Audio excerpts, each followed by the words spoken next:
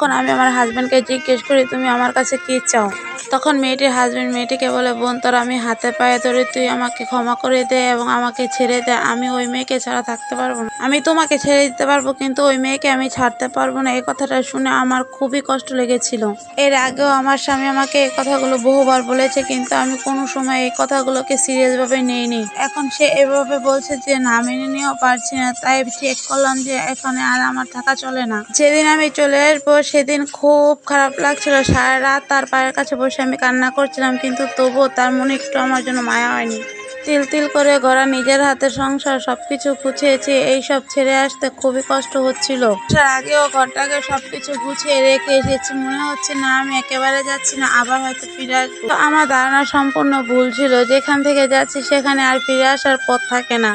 যে মানুষটাকে নিয়ে আমার সবকিছু ছিল, সেই মানুষটাই তো আমাকে আর চায় না। তবে আমি কিভাবে কিসের আশায় এখানে থাকবো? যার জন্য সমাজ, পরিবার, আত্মীয় স্বজন সবকিছু ধর্ম ছাড়লাম, সেই মানুষটাই আর আমার দিকে চাইলো না, আমাকে চায় না। সেই মানুষটাকে ফেলে আসতে খুবই কষ্ট হচ্ছিল, কিন্তু আমার কিছুই করার ছিল না। চাইলেও আমি আর থাকতে পারছিলাম না। আমি আসার সময় আমার মেয়েটাকেও নিয়ে আসিনি, কারণ আমি চাইতাম সবসময় যে সে ইসলাম ধর্ম গ্রহণ করেছে, সেই ইসলাম ধর্ম নিয়ে বাকি জীবন টাকা এবং বাকি মৃত্যুর আগ পর্যন্ত সেই ইসলাম ধর্ম গ্রহণ করে থাকুক।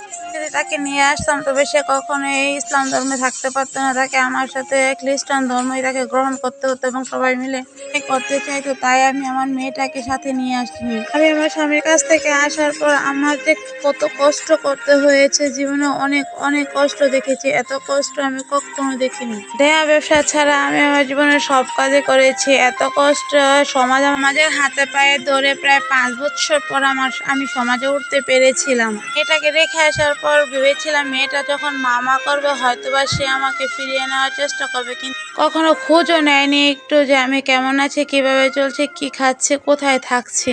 তার জন্য এত কিছু করলাম, তার জন্য সবকিছু ছাড়লাম, সেই মানুষটাই আমাকে বুঝলো না। ভালোবাসা সত্যিই অনেক কষ্টের। ওকে আবারও খ্রিস্টান ধর্মে ফিরে যেতে হয়েছিল, কারণ মুসলমান ধর্মে আমার কেউ ছিল না। কার আশায় থাকবো? যার জন্য এসেছিলাম মানুষটাই তো আমাকে বুঝলো না। তাই আমাকে বাধ্য হয়ে আবারও খ্রিস্টান ধর্মে ফিরে যেতে হয়েছে। মাঝে মাঝে বাবা মা, আত্মীয় স্বজন, ভাই বোনেরা এমন ভাবে কথা শোনায়, বেঁচে থাকতে ইচ্ছে করে না। মনে হয় এই জীবন থেকে মৃত্যু মনে হয় অনেক সহজ। তা কেনই বা আমাকে সংসার দিল, সন্তান দিল, সবকিছু স্বামী দিল, সবকিছু দেওয়ার পর কেনই বা আবার কেড়ে নিল? বর্তমানে আমি যে জীবনে আছি খুবই কষ্টে আছি।